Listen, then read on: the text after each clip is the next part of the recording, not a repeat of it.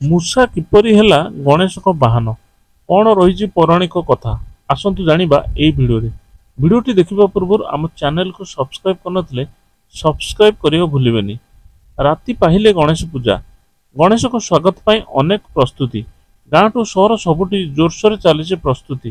ବିଘ୍ନହର୍ତ୍ତାଙ୍କୁ ନେଇ ଅନେକ କାହାଣୀ ରହିଛି, ଯାହା ଆପଣ ସମସ୍ତେ ଅଳ୍ପ ବହୁତ ଜାଣିଥିବେ ମଧ୍ୟ। ଭଗବାନ ଗଣେଶ ହେଉଛନ୍ତି ସର୍ବପ୍ରଥମେ ପୂଜା ପାଉଥିବା ପ୍ରଭୁ। ସେ ଭଗବାନ ଶିବ ଓ ଦେବୀ ପାର୍ବତୀଙ୍କ ପୁତ୍ର। ତାଙ୍କ ପୂଜା ବାଧାବିଘ୍ନକୁ ନଷ୍ଟ କରେ ବୋଲି କୁହାଯାଏ।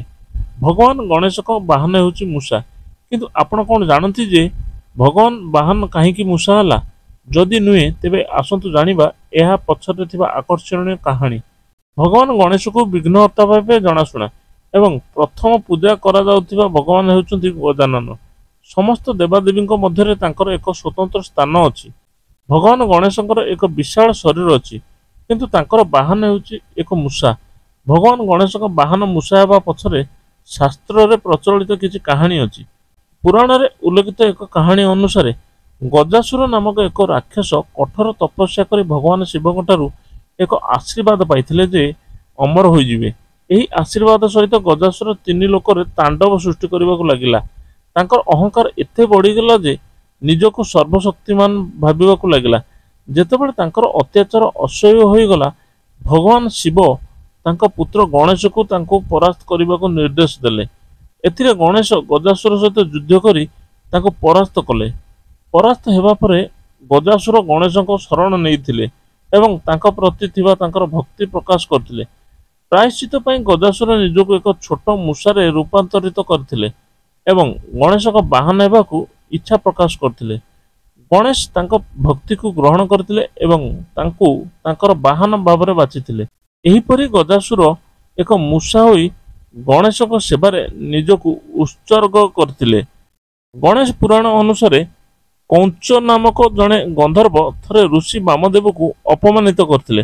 କୌଞ୍ଚ ଋଷିଙ୍କ ଆଶ୍ରମରେ ଅନୁପଯୁକ୍ତ ବ୍ୟବହାର କରିଥିଲେ, ଯାହା ଫଳରେ ବାମଦେବ ତାଙ୍କୁ ଏକ ବିରାଟ ମୂଷା ହେବାକୁ ଅଭିଶାପ ଦେଇଥିଲେ। ଏହି ମୂଷା ଏତେ ବିଶାଳ ଓ ଶକ୍ତିଶାଳୀ ଥିଲା ଯେ ଏହା ପର୍ବତ, ଜଙ୍ଗଲ ଏବଂ ଗ୍ରାମଗୁଡ଼ିକ ଧ୍ୱଂସ କରିବାକୁ ଲାଗିଲା। ଏହା ସହିତ ଏହା ଋଷି ପରାଶରଙ୍କ ଆଶ୍ରମକୁ ଆସିଲା। ଯେତେବେଳେ ଏହା ତାଣ୍ଡବ ସୃଷ୍ଟି କରିବାକୁ ଲାଗିଲା, ଋଷି ପରାଶରଙ୍କ କୁଡ଼ିଆରେ ରଖାଯାଇଥିବା ସମସ୍ତ ପାତ୍ର ଭାଙ୍ଗି ପକାଇଲା ଏବଂ ଶାସ୍ତ୍ରଗୁଡ଼ିକୁ କାମୁଡ଼ି ଛିଣ୍ଡାଇ ଦେଲା। ମୂଷାର ଏହି କାର୍ଯ୍ୟରେ ଋଷି ବହୁତ ବିରକ୍ତ ହୋଇଗଲେ। ସେ ଏହାର ଭୟ ଦୂର କରିବା ପାଇଁ ଭଗବାନ ଗଣେଶଙ୍କୁ ପ୍ରାର୍ଥନା କଲେ। ଯେତେବେଳେ ଭଗବାନ ଗଣେଶ ମୂଷା ସାମ୍ନାକୁ ଆସିଲେ, ସେ ପାତାଳ ଲୋକକୁ ଦୌଡ଼ି ପଳାଇଗଲା। ଭଗବାନ ଗଣେଶ ତାକୁ ଧରିବା ପାଇଁ ଏକ ଫାଶ ବସାଇଲେ। ଫାଶ ମୂଷାର ପଛେ ପଛେ ପାତାଳ ଲୋକକୁ ଗଲା। ଫାଶ ପ୍ରଭାବରେ ମୂଷା ଅଚେତ ହୋଇଗଲା। ଯେତେବେଳେ ତାଙ୍କର ଚେତା ଫେରିଲା, ସେ ତାଙ୍କ ସମ୍ମୁଖରେ ଗଣେଶକୁ ପାଇଲେ। ସେ ଭୟଭୀତ ହୋଇଗଲେ ଏବଂ ତାଙ୍କ ଜୀବନ ପାଇଁ ଭିକ୍ଷା ମାଗିବାକୁ ଲାଗିଲେ।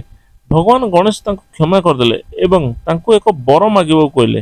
ଏହାପରେ ମୂଷା ପାଲଟି ଯାଇଥିବା ଗନ୍ଧର୍ବ ଅହଙ୍କାର ଦେଖାଇ ଭଗବାନ ଗଣେଶଙ୍କୁ କହିଲେ ଯେ ମୁଁ ଆପଣଙ୍କଠାରୁ କୌଣସି ବର ଚାହୁଁନାହିଁ, କିନ୍ତୁ ଯଦି ଆପଣ ମୋ ଠାରୁ କୌଣସି ବର ମାଗିବାକୁ ଚାହାନ୍ତି, ତେବେ ଆପଣ ଏହା ପାଇଁ ଅନୁରୋଧ କରିପାରିବେ। ଏହା ଶୁଣି ଭଗବାନ ଗଣେଶ ହସିଲେ ଏବଂ ଅହଙ୍କାର ଭାଙ୍ଗିବାକୁ ସେ କହିଲେ ଯେ ତୁମେ ମୋର ବାହନ ହୁଅ। ଏହା ଶୁଣି ମୂଷାର ଅହଙ୍କାର ନଷ୍ଟ ହୋଇଗଲା ଏବଂ ସେ ଗଣେଶଙ୍କ ବାହନ ହେବାକୁ ରାଜି ହୋଇଗଲା। ଦର୍ଶକ ବନ୍ଧୁ, ଭିଡ଼ିଓଟି ଯଦି ଭଲ ଲାଗୁଛି ତେବେ ଲାଇକ୍, ସେୟାର, କମେଣ୍ଟ କରନ୍ତୁ। ଆମ ଚ୍ୟାନେଲକୁ ନୂଆ ଆସିଥିଲେ ସବସ୍କ୍ରାଇବ୍ କରିବାକୁ ଭୁଲିବେନି। ଜୟ ଜଗନ୍ନାଥ, ଜୟ ଶ୍ରୀ ପ୍ରଭୁ ଗଣେଶ।